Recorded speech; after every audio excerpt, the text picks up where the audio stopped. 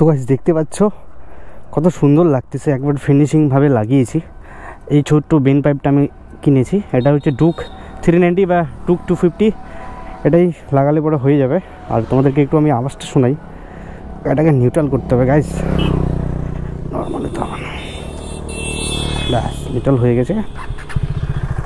তো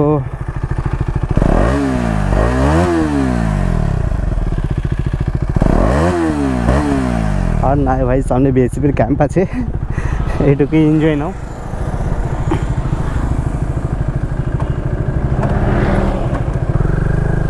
তো সামনে পিছনে আছে বিএসএফের ক্যাম্প, তাই আমি বেশি আর থ্রটল দিলাম না, এটুকুই তোমরা মজা নাও গাইস। আর গাড়িটা একটু মিসিং মারতেছে এই কারণে যে গাড়িটা ওয়াশ করছিলাম আমি, সেই কারণে হয়তো বা। তো অতটা একটা খুব না, নর্মালি। অ্যাকচুয়ালি ইঞ্জিন না হিট হলো না প্রপার মানে থ্রটেল পাওয়া যায় না, টান পাওয়া যায় না গাড়ি।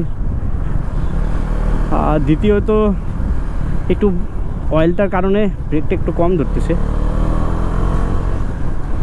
কিছুক্ষণ চললে পরে আস্তে আস্তে ঠিক হয়ে যাবে। But reaction Khatarnak guys, reaction যা পাওয়া যায় না এই বাইকে, সেরা রিয়াকশান পাওয়া যায়।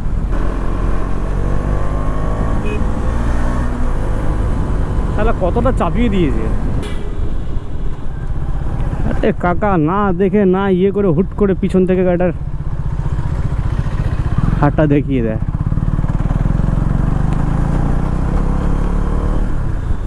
এই জন্য আমি ক্যামেরা অফই করতে চাই না, এনি টাইম অন করে রাখতে চাই। কখন কে হুট করে রিয়াকশান, মানে রিয়াকশান, হ্যাঁ রিয়াকশানই দিয়ে দেয় বলা চলে।